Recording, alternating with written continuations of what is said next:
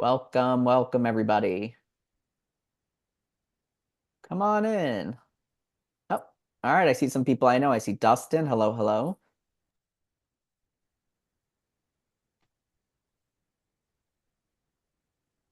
Happy Tuesday. Dustin, you'll be happy to know I'm about to order some Oasis LMS stickers. So, those are coming. If you remember our last time coming. Yeah.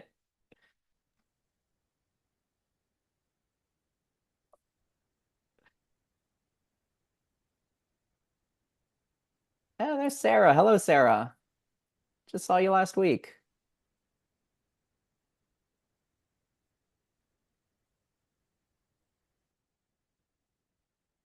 All right. We are getting a lot of people here.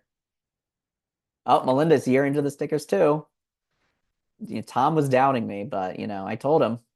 We're actually trying to make a little mascot and come up with some stickers around that. So that's phase two.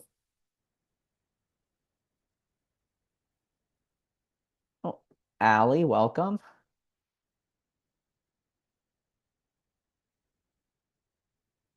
All right, everybody.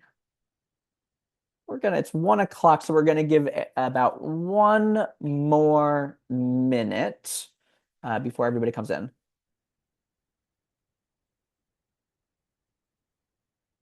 Oh, Dustin, yeah. Let me know. That sounds really interesting.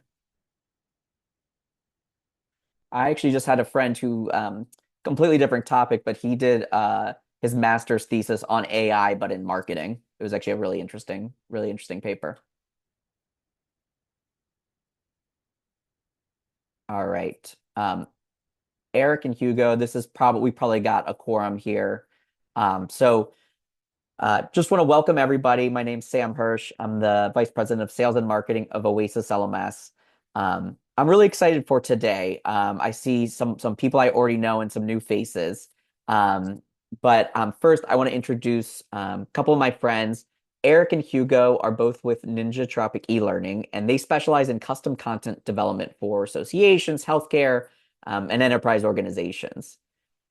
They both focus on designing high impact learning experiences that blend traditional instructional design with advanced media and AI driven content. Ninja Tropic has earned multiple industry honors, including 5 Brandon Hall Awards for innovation in learning design for associations and medical organizations just last year in 2025. At Ninja Tropic, they lead an internal innovation hub dedicated to continuous AI experimentation, running monthly tests across tools and workflows from chatbots to AI generated video to actually see what's working, in real world learning. And their focus is on applying AI to high stakes content where accuracy and performance matter. And so I'm really excited for both of them here today. I know, a lot of you all, and we work with a lot of medical organizations, right? And everything's always like, yeah, it's fine if it gives us an AI transcript, but AI never picks up all of our medical terms. Or yeah, AI can get us 95% of the way there, but like this isn't something that 95% is good. This has to be 100% accurate. So with that, again, I will pass it to Eric and Hugo to run with it. And everyone, please put questions in the chat or the Q&A, and we will answer them, right when they see them. See you guys. All right, guys. Hello, everybody. I'm excited about the session today. Let me share my screen, and if you can confirm that you can see this, that'd be great.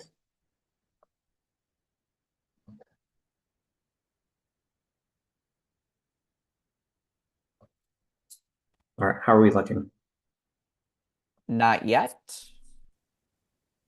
It is now. We're good to go. Wonderful. All right, so today we're going to be discussing designing accurate AI-generated media for high-stakes learning, right? I loved the setup Sam just did. A lot of us are familiar with developing content, especially media, using LLMs, and unfortunately, 95% right is still wrong.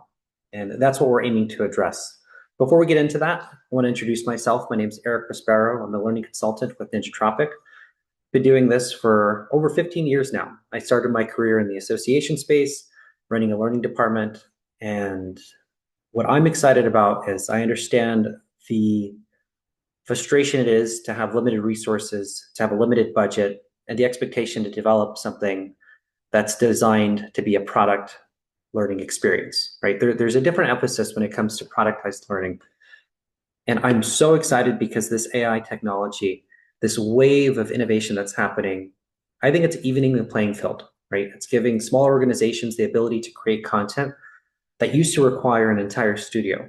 And for me, now that I have an entire studio, it's telling us that we have to evolve, right? We have to adapt. We have to start using these tools and tech to make things faster, better, and ultimately more accurate and usable. And Hugo, if you'd like to introduce yourself. Sure. Hey guys, nice to meet you all. I've been in the e-learning industry for the past 12 years, and I specialized in content development. My motto is to enhance the learning experience to a point where it comes to be more of a hands-on experience, and also, making and leveraging AI tools that can enhance and enrich the learning experience for everybody. Cool. So I'm excited to have Hugo on the call, and we're going to talk about his role shortly. But just a quick overlap as to who NinjaTropic is. We specialize in interactive video and microlearning. We work with associations, enterprises, especially those that have external learners.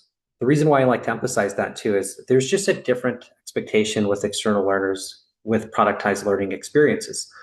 We're delivering products that people are paying for, right? This isn't just employee compliance training that they have to. There's a different expectation on user experience, a different expectation on output, and very excited to say that this is our roots are within the association space and nonprofit organization, professional society space.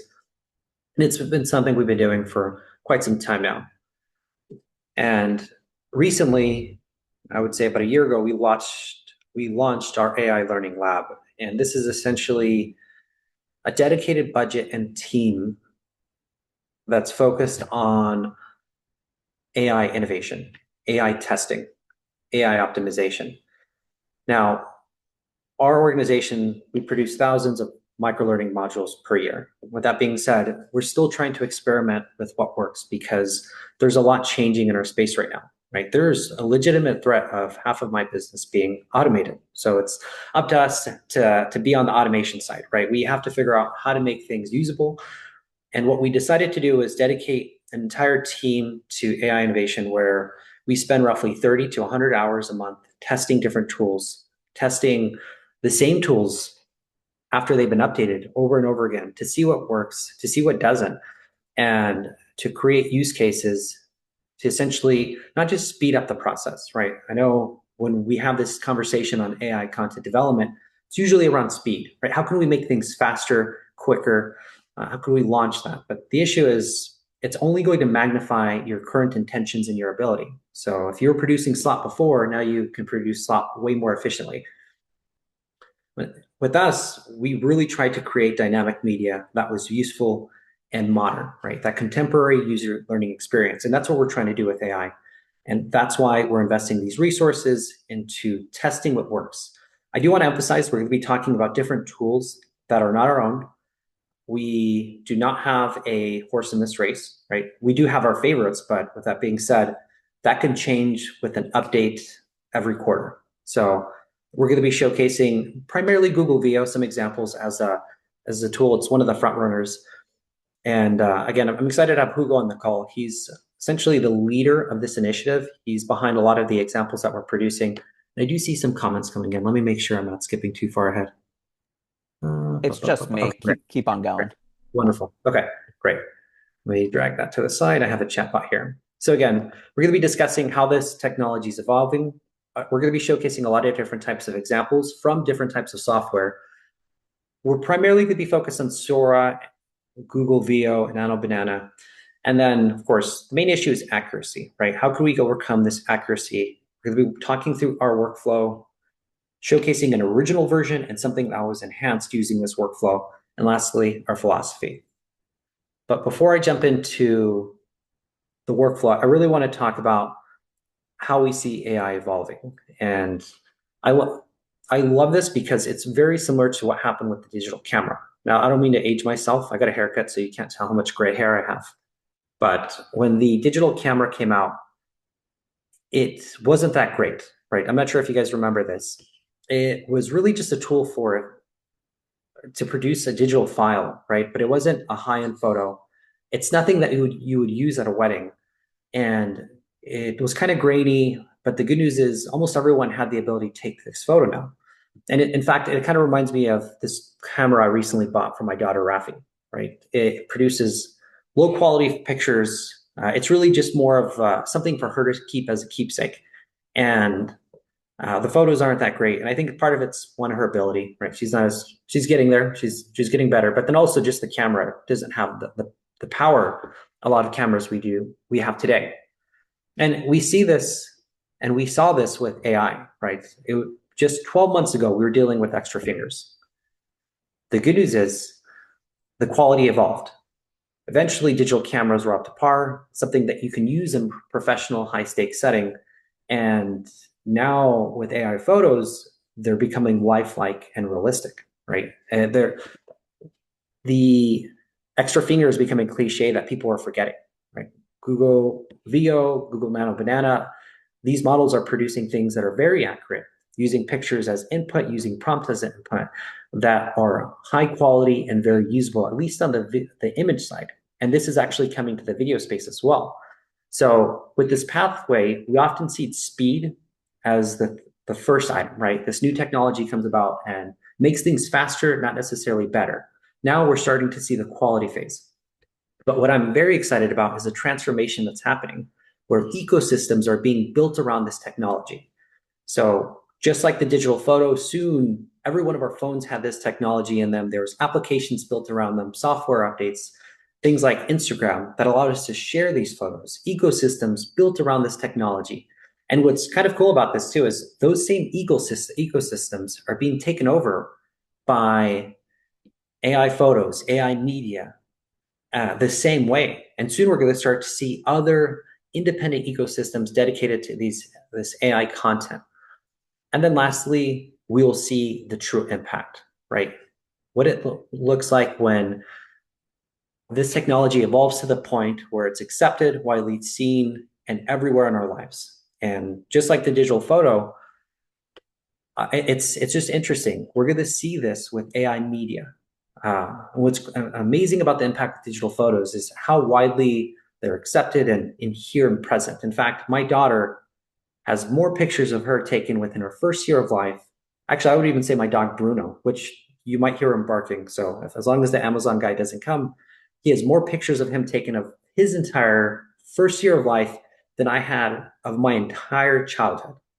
And this type of impact is yet to be seen with AI media, and we're going to see it.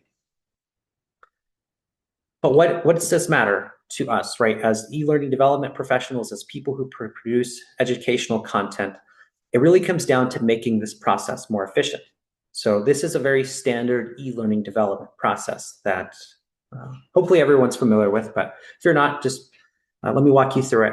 Essentially, we start off with learning objectives and outcomes, right? What behaviors are we trying to see shifted? What is the content expected to do in terms of measurable benefits for our learners? We produce scripts, you curate any assets that are relevant, you storyboard and create assets, you run through a development process, and then you load to your LMS. We're finding that every one of our clients has gotten incredibly more efficient when it comes to scripting and development. It's a lot easier, and we're tracking this, it's been about a 40% increase in terms of capacity that they have added to their team. So they're faster at producing scripts, organizing content. So this used to actually be a relatively large bottleneck within our organization. No longer that. Now it's more focused on the media side, right? How can we create relevant media, visuals that are aligned to this? And that's what we're focusing on today.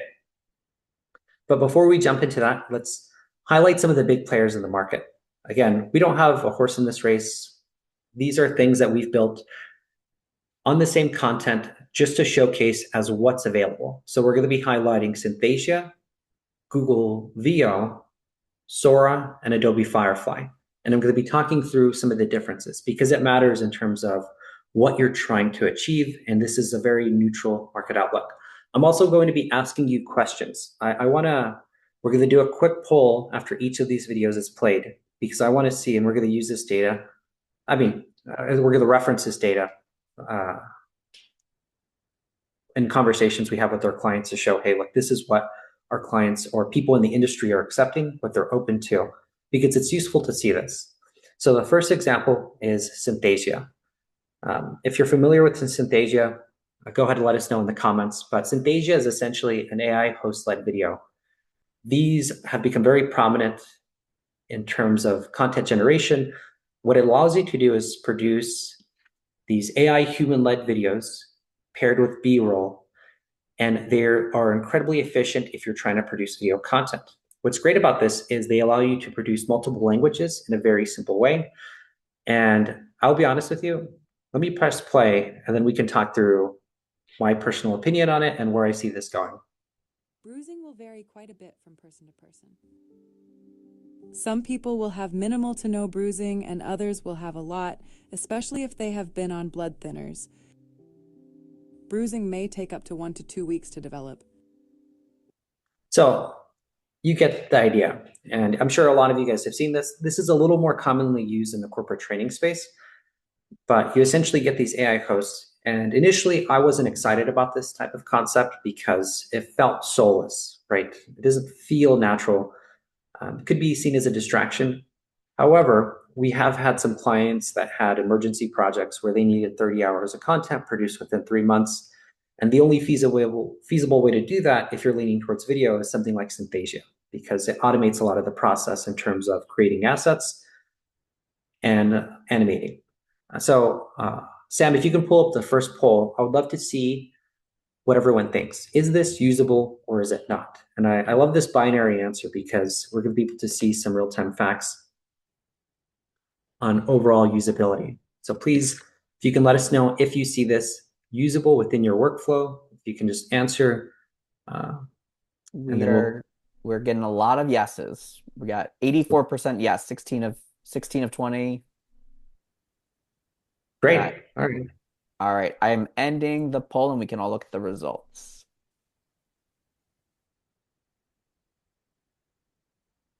Interesting. So let me, Hugo, can you screenshot this just so we have this? I'm a big fan because this is a big increase. We actually showcased this at a patient education conference, and it was like 60-40. So it just shows that the technology is improving and that more people are open to it, especially maybe it's on the Zoom format that presents it better. All right, the next version is going to be Google Veo. Google Veo does not produce long form video. So you can't load a script into Google Veo and get this 2-minute video. What it does is it produces 4 to 8 second clips that can be either animated or leverage people, like live action people. And it has evolved tremendously over the last year. It is incredible. What's great about this is it's getting a lot more accurate. And so to produce a 4 to 8 second clip, it takes about a minute or 2. And if you think about the logistics involved in filming this type of content, right, it would take an entire day to get a certain scene, especially if it was in a hospital setting or in some sort of manufacturing facility, right? And you could even load pictures and have it create a video around it. You can also do this with animation as well. So I'm going to press play on this Google Veo and just understand that it's a combination of different clips that we're highlighting that we call B-roll. And we intentionally left some poor quality footage in there because it's a video on bruising again. I'm going to press play, and I would love to hear your thoughts. Bruising will vary quite a bit from person to person. Some people will have minimal to no bruising, and others will have a lot, especially if they have been on blood thinners. Bruising may take up to 1 to 2 weeks to develop. Shoulder version. It has a tendency to follow gravity and extend down to the chest, arm, and elbow. It may extend all the way down into the forearm and hand. Now, I did leave some things that looked like spider bites in there. The funny thing about this video series was we produced this clip 7 months ago, and 3 months after that, there was a newer version that allowed for us to get the first accurate video within the first prompt.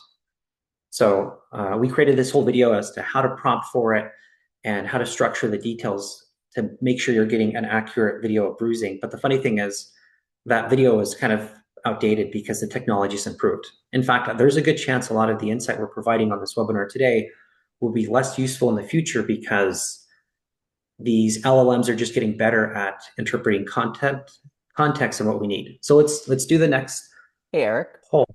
Yes. Right before I launched the poll, we did just get a question from Emily. She Oh, great. said, with something like synesthesia, how do you guarantee that it won't bring copyrighted content or images into the video that violate intellectual property laws? Well, it depends on how these LLMs are sourcing videos. So Synthesia is the video that we showed you with Synthesia was a combination of host on camera and B-roll. And the cool thing about B-roll from Synthesia is they actually source from tools like Google Veo, Sora, and they actually have their own hub, like local hub. So you guys are going to have to evaluate the level of risk that you guys would like to take on. But that being said, a lot of the content is AI generated. So it's referencing a lot of open source information, things that's publicly available. And there's still a lot of ambiguity on those laws, right? It's not actually pulling from existing images, right? They're not referencing or taking in B-roll that already exists. It's actually creating new B-roll for you. And the way it's doing that, it's referencing its trained model on a lot of publicly open content. So in a way, it is, I like to compare it to having an artist that creates content based off of other people's work. So is it copyright infringement? I think that has yet to be determined, but if you're training an artist to draw videos of bruising or images of bruising, the way you're going to train this artist is to show them multiple pictures of bruising, right? And AI works the same way. So the good news is this specific video clip, we did not reference or use any existing clips. We created them from scratch, and we used the way it was created was by referencing a lot of existing other images of bruising that already exist. So there's not as much of a risk for actually using content that's copyrighted. Now, there is a bigger high level risk in terms of how the models are trained, but I'm not too concerned about that. And I'm not going to let that withhold us from creating visuals that have already been generated by media, because that's going to affect everything. If that's a bigger issue, that's going to affect the way text is written, the way visuals are created. So I think we got another question. Yep. It's just Lily saying Synthesa also utilizes stock imagery videos, so you don't have to generate AI visuals if you don't want to. Perfect.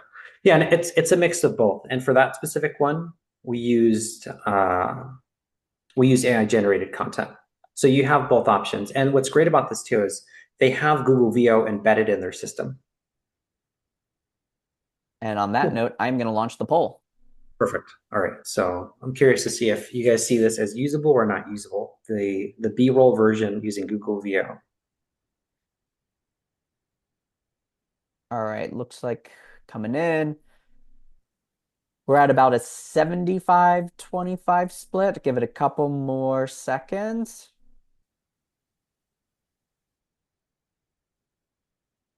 70-30 split. Last call. All right, ending poll. Let me share the results. Just about a 70-30 split. Perfect. All right. So we got a Synthesia. And please correct me if I'm saying that wrong. I've always been saying Synthesia. I've heard that from different people, but we'll see over time. All right, let's jump into the next version. So Sora, very similar to Google Veo. The big difference here is we decided to approach this from an animated perspective. Now, these tools do similar things in terms of generating 4 to 8 second clips. You have the ability to create a long form video if you stitch them together. Now, the challenge you'll have with this is Sora, it's not updated as often as Google Veo is. So I was looking into the models, and it's interesting. I really do believe Google Veo is going to be the winner in this case. Now, I know I'm trying to say this from an unbiased perspective, but my thinking is Google Veo is backed by a very profitable company has billions of revenue per year compared to OpenAI Sora, which they're still leveraging venture capital to produce and update a lot of their systems. So I just think the economic engine behind Google Veo is a lot stronger, but we'll see what you guys think in terms of this animated version. Bruising will vary quite a bit from person to person. Some people will have minimal to no bruising and others will have a lot, especially if they have been on blood thinners. Bruising may take up to 1 to 2 weeks to develop. Shoulder version. It has a tendency to follow gravity and extend down to the chest, arm, and elbow. It may extend all the way down into the forearm and hand. Again, we left some of the inaccuracies there just so you can see some of the issues that you're going to have if you use the first clip that's generated. Let's run the poll, and then we have one more after this. Sorry, hit. Okay. Poll is live.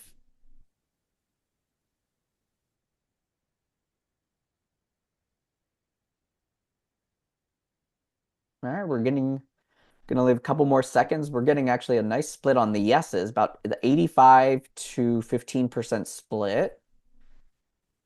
2 more seconds, everybody. All right, ending poll. Yeah, just about an 80-20 split. Perfect. Very similar to Synthesia. And then lastly, we're going to showcase, I keep hopping forward, Adobe Firefly. So Adobe Firefly is a bit different than Google Veo and Sora. Google Veo and Sora produce 4 to 8 second clips. Adobe Firefly produces individual assets that your team can edit. So if you have a creative team that's using Adobe Illustrator, Adobe After Effects, they can lean into Adobe Firefly because instead of getting a complete uneditable 4-second video, you're getting individual pieces. Now, what that means is there's some efficiency in terms of creating those assets, but you would still have to animate them and edit them. So it's not as efficient or instant as the other option. However, you have a lot more control in terms of flexibility. Hey, Eric, before you hit play, Leslie asked, was the voice in the Sora video AI generated? Yes. Thank you. We typically use Wallsed Labs, or what's the other one, Hugo, that we use? 11 Labs. 11 Labs. That's 11 Labs is our go-to. They almost do the same thing. However, Wellsaid has better governance in terms of content structure and IP. They're a lot more careful with cloning voices. So let's watch this Adobe Firefly video, and then we'll jump into the rest of the presentation. Bruising will vary quite a bit from person to person. Some people will have minimal to no bruising and others will have a lot, especially if they have been on blood thinners. Bruising may take up to 1 to 2 weeks to develop. Shoulder version. It has a tendency to follow gravity and extend down to the chest, arm, and elbow. It may extend all the way down into the forearm and hand. So let's run the poll, and then we'll see which one was the best video. All right, poll is launched.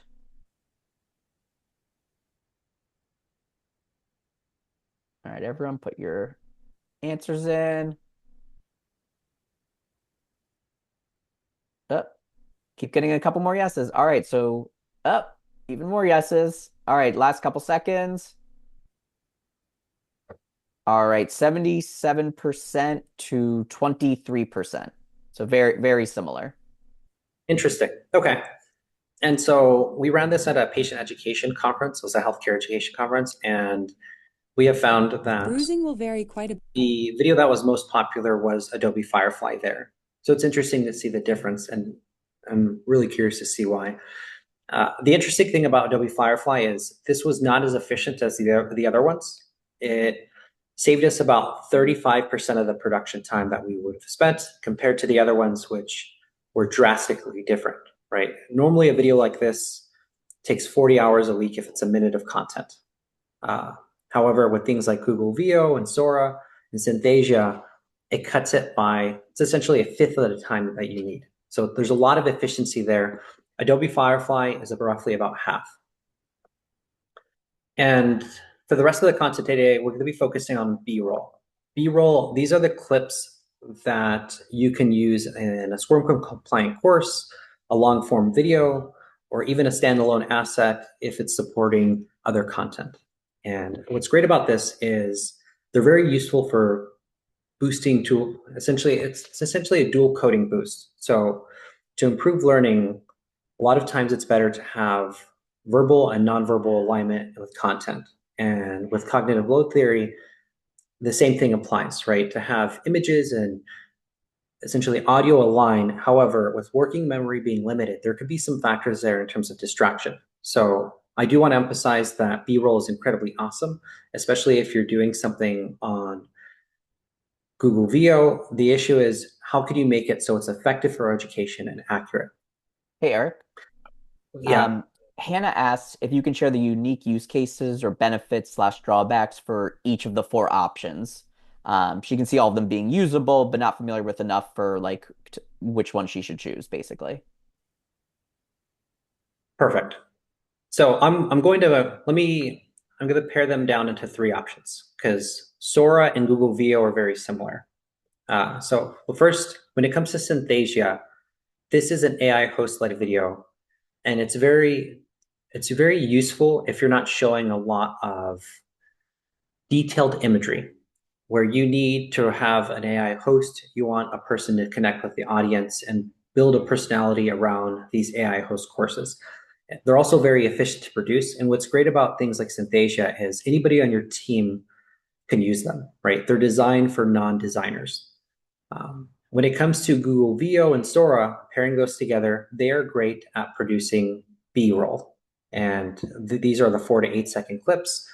What's nice about this is you can use the same 4 to 8 second clip in a SCORM file, right? It's something that you can embed into a larger course, or you can stitch them together to create a longer video. When it comes to use cases, we'll see this being a lot more necessary when we're trying to showcase mass or specific details of processes, and we're trying to be efficient in terms of capacity with production. And the last option is Adobe Firefly. Now, Adobe Firefly is useful when you need to be able to edit a lot of the specific things that you see in the video. The challenge you're going to have with Adobe Firefly is it works off the assumption that you have a creative team that's using Adobe Creative Suite. So a lot of our association clients, especially the smaller ones, they barely have an instructional designer, right? They're not necessarily going to have an artist on their staff that is going to be excited about editing files. So those are some of the differences in terms of when you would use them, but they all can produce assets aligned to different industries, right? The challenge is what capabilities does your team have? All right. Any other questions on that? I think I saw another one come in. No, perfect. All right, great. We're getting a lot of questions. This is exciting. So again, Google Veo, we're going to focus the rest of the presentation on Google Veo because we see the most potential here in terms of creating assets that can be used for SCORM compliant courses, long form video, or even standalone assets. And what's nice about Google Veo is, I was talking to Sam about this earlier, it functions and works the same way ChatGPT does. You simply punch in a prompt, and then it produces a video clip like this. Now that we created this clip 6 months ago for internal training purposes. Thanks so much. You all are super flexible. I'll keep sending edits if anything else pops up. So we're using this for internal training on how to push back for when people are asking for a lot of edits, right? And what's great about this is it's a very natural, usable sounding video clip that can support a scenario. And in terms of clinician training, we do have an example that we want to showcase. So I'm going to be showcasing a video that we produced, I think it was 7 years ago, right? The old-fashioned way, so to speak. We were working with this critical care academy, and they are specialized in producing certification-based training for the CCRN certificate. So this organization was a smaller group. They were creating test prep, and the challenge they had was they had limited access to visuals, right? They couldn't just go and scrape things off the internet. No, nobody should be doing that. But at the same time, they didn't have the budget to invest in medical illustrations. So they had to use what they had access to, as well as Creative Commons or additional resources that were a lot more open source. I'm going to showcase this, and again, this is not a great example, especially when you compare it to what's available today. And I'm saying that when we produced it. Symptoms are going to include shortness of breath, especially during exercise, tachycardia, fatigue, chest pain, syncope, and swelling of the legs. Now, since pulmonary vascular resistance is increased, the right side of the heart is going to be strained and progress to right-sided heart failure. I'm going to mute that. And so what's cool about this video is we showcased a lot of the subject matter expert on camera. We used a lot of older visuals that they had legal access to, and then a lot of text-based content. And then there were also some just outdated visuals that we used, but there just wasn't a lot of movement, right? A lot of things were outdated, and we kind of scraped together what we could. The videos were professional. I think they looked pretty good at the time. Now, this is a newer version that was created using Google Veo. And so the idea here is to showcase, great, so if you have a subject matter expert or a recorded webinar of somebody speaking that you recorded remotely, you can pair this with things like Google Veo in terms of clips to make the footage better. Now, I'm hoping nobody actually works in the space because this video has some errors that I'm going to be pointing out shortly. Now, symptoms are going to include shortness of breath, especially during exercise, tachycardia, fatigue, chest pain, syncope, and swelling of the legs. This is AI. Since pulmonary vascular resistance is increased, the right side of the heart is going to be strained and progress to right-sided heart failure. Now, this increased pressure in the right ventricle is going to cause tricuspid regurg, which, since we know regurgitation is a valve closing problem, which occurs during systole, so you're going to auscultate a systolic murmur heard over the lower left sternal border at the 4th and 5th intercostal space. And for a moment, she had 2 stethoscopes. This was the first version of the video we created. And I wanted to point that out because it looks professionally produced, but at the same time, there's minor inconsistencies in terminology. Some of the visual representations are plausible, right? They look well produced and they can sell. If you aren't necessarily an expert in the field, you might believe it, but the challenge is there's procedural nuances that were technically feasible, but not necessarily aligned with best practices. And that version was the first version that we produced. So we wanted to figure out how could we actually make this usable and accurate following a structured process. And we realized a lot of this is just involving subject matter experts in the process at the beginning.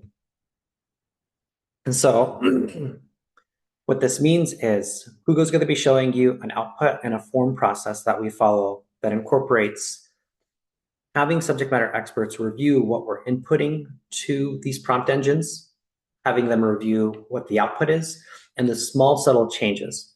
I also want to emphasize it's more of a philosophy that has to be adjusted because a lot of times we're thinking we want this to be instant and correct without comparing it to the alternative, right? We're forgetting the fact that those same visuals would have had to take dozens of hours to create in the past as opposed to an hour. So I don't want to steal his momentum, but Hugo, if you'd want to walk through the scripting process of what we do to properly prompt these.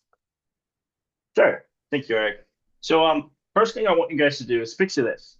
Say you own a company and you just hired an extremely talented video specialist.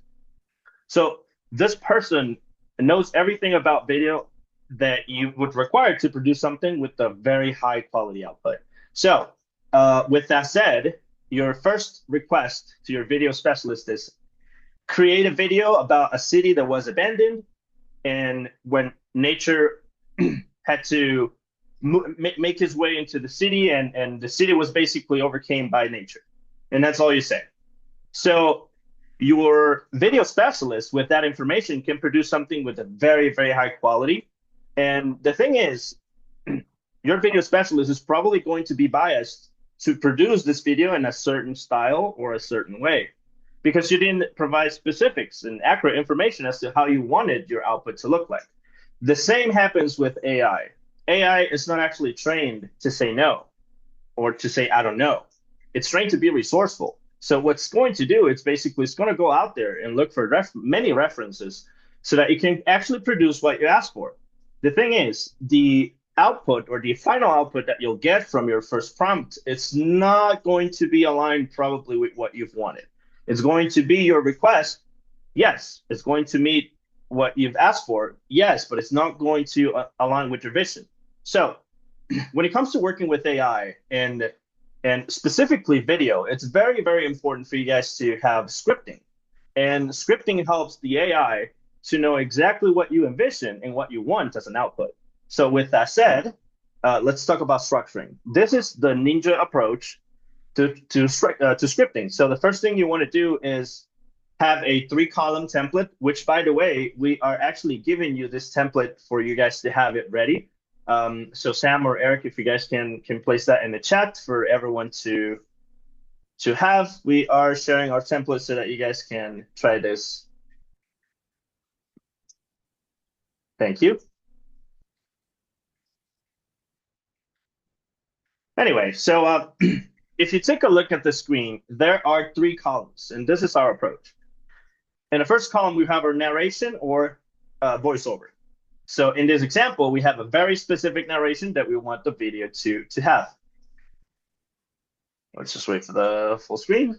There you go. So in the middle, column in the middle is on-screen visuals. This is where we explain what we want to see in the actual scene or in the actual frame.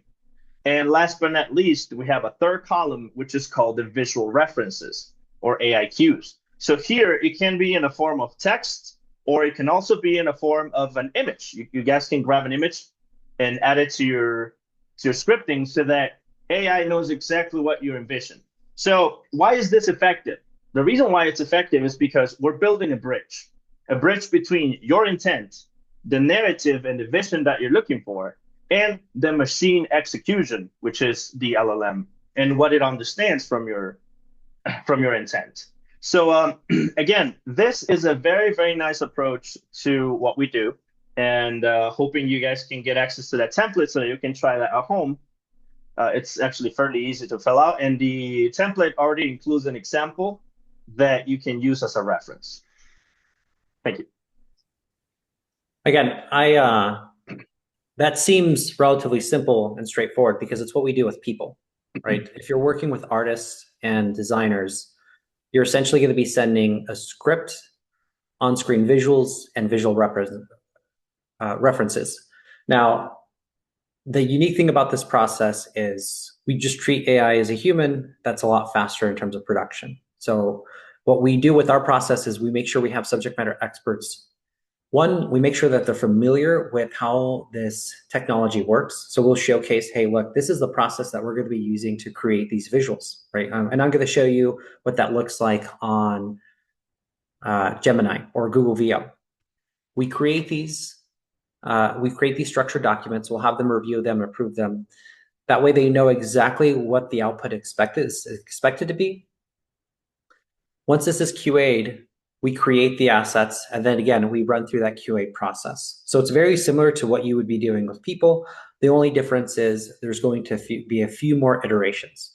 So the trade-off here is instead of spending dozens of hours, and I would even say hundreds of hours creating assets, now we're spending minutes creating assets, but we are taking more subject matter expert time. So there is a slight trade-off here. To do that, or to be a lot more efficient, the devil is in these details here.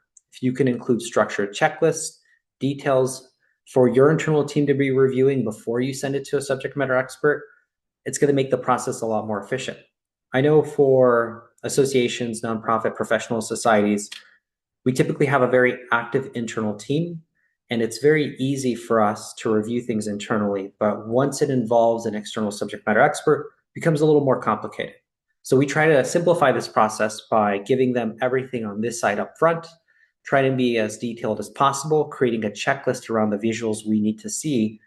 And then lastly, once the assets are reviewed, we create them, we QA them internally according to the checklist that we created with the subject matter experts, and then we send them to the external subject matter experts.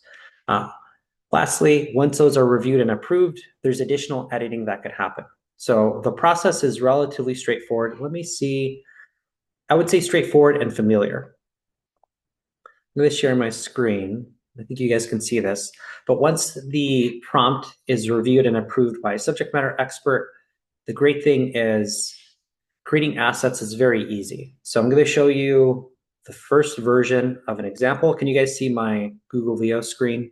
You can just confirm if I see a thumbs up.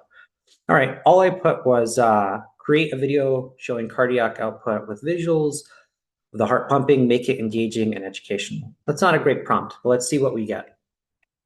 And I think you guys know this is not going to be good. Cardiac output is the volume of blood pumped by the heart per minute. This visualization shows the flow from the left ventricle. So not really usable.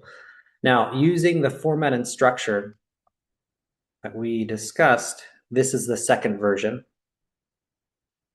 And so I put a little more effort into this prompt, right? I talked about the type of visual that we're looking for, the blood flowing, and lastly, no distortion of anatomy. And then all I did was copy and pasted that, waited a few minutes, and then I would say this is slightly better, right? This is a little more usable. And what's great is it took 2 minutes to produce. Cardiac output equals heart rate times stroke volume. And so a lot of times what we're going to be doing is we won't necessarily use the audio. We'll remove this text on screen, and then we'll focus specifically on the heart. And then we have an asset that's a little more usable. The main difference is instead of hiring a designer or developer to spend, honestly, something like this could easily take 40 hours.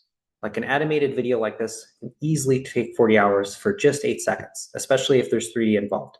Hey, Eric. Oh yeah, what's up? Sorry. There's an interesting question by Matt. He said, did your SMEs or you create the content instructions for the AI, or did you use AI to create those instructions that we just saw? Oh, great. So you said Matt asked that? Oh, great, Matt. So you're a very smart person because I used AI for that. And in this case, I wanted to showcase, hey, look, this is, and we do that, by the way, too. When we're structuring prompts, we run it through AI. And by the way, one of the best prompters that you can use is something written by AI. So in this specific example, I did use AI. But as you can see, there's a significant improvement in terms of what's being produced, and you get it within a few minutes as opposed to a few days. So a lot of things happening in this space. And I know the process is relatively simple and straightforward. The main takeaway I would like you guys to have is a slight adjustment on philosophy. You're going to be spending a little more time reviewing assets, a little more time prepping base content, but now media creation is exponentially more efficient, right? Especially when it comes to the type of assets. The only issue is you might just have a few more iterations, but compared to spending 40 hours of production time to produce an 8-second clip, we got this in 2 minutes. Now, if you do this 4 or 5 more times, it's still a lot more efficient, especially if you have your designers doing this as well. Did we get more questions again? Yeah, we got another question from Matthew, not Matthew. Hey, Matthew, by the way. I'm seeing you again, I think, later this week. He said, can you talk about copyright considerations that need to be considered when using this kind of generated content for internal use or external use where payment is made? And Eric, I'm going to try and answer that because I think you said it earlier. So Matthew, none of these images are proprietary.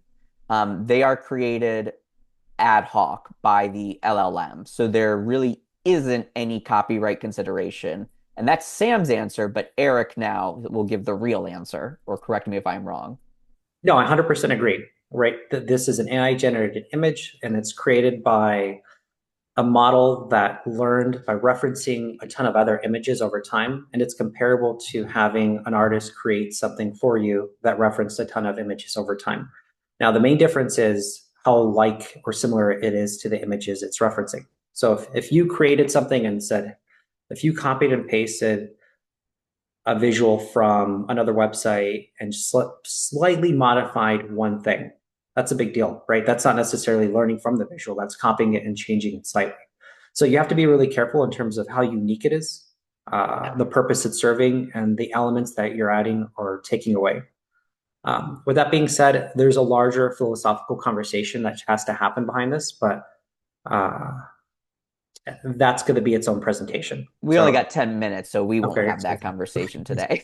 Great. Perfect. Great. And then the last thing I want to showcase is I showed you this version 2 that was inaccurate, that had multiple stethoscopes. I do want to pull up this final version and then we'll close this out. So this is something that went through this process where we created these B-roll clips in partnership with the external subject matter expert, where they validated the input, the output, and the final video. Now, symptoms are going to include shortness of breath, especially during exercise, tachycardia, fatigue, chest pain, syncope, and swelling of the legs. Now, since pulmonary vascular resistance is increased, the right side of the heart is going to be strained and progress to right-sided heart failure. Now, this increased pressure in the right ventricle is going to cause tricuspid regurg, which, since we know regurgitation is a valve closing problem, which occurs during systole, so you're going to auscultate a systolic murmur heard over the lower left sternal border at the 4th and 5th intercostal space. You may see an exam question about that. Now, the initial diagnosis is going to start with an echocardiogram. And if you did not see the errors in the first video, there were multiple stethoscopes. There was an incorrect spelling. Some of the text on screen wasn't necessarily aligned. This process, we had the subject matter experts review the initial base content. They reviewed the assets. We made, I think it was about 4 iterations, and then we updated it accordingly. So I do want to emphasize, to wrap this up, there's a lot happening in this space, and it's easy to say, just go try it, right? Go adopt it. But I want to emphasize that market leaders aren't necessarily going to be the first adopters. They're the ones who are going to be the ones implementing this with discipline frameworks, right? Keeping high standards in terms of validation and governance. Because if you're just focused on speed without formal structure, without these approval gates, you're going to increase exposure and liability tied to copyright or accuracy. And that's a huge issue because scalability without validation creates a ton of liability in the space. So focus on accuracy because it's possible, right? And I would even say it's not just optional, it's possible, and it's absolutely an operational requirement. What's great about this is the technology is there to produce it. It's just going to take multiple iterations. In fact, in the future, it's going to become more efficient, more cheaper, and more accessible. And lastly, focus on a formal governance structure in terms of approval. I'm excited about this because there's a ton of evolution happening in the space. And it's finally the small association's time to create content that rivals larger studios. I want to wrap this up by offering an invitation. If any of you guys are interested in experimenting with AI, this isn't necessarily an offer with our service or anything. As I mentioned at the beginning of this presentation, we're on a monthly basis, we're doing these tests with AI. Well, Hugo is, I just kind of prompt him and he prompts ChatGPT sometimes, and we work out these cool assets. But the idea is, if you ever want to test an idea with open source content or content that's not necessarily under an IP gate, we could create something, and there's no charge for this. We would just want to test an idea to test a use case, and we do this on a monthly basis already. So we're offering this for people who attended this webinar because it's the way we learn from the process as well, right? It's a way for you guys to get exposure, and we will show you the tools we're using so you guys can do this on your own as well.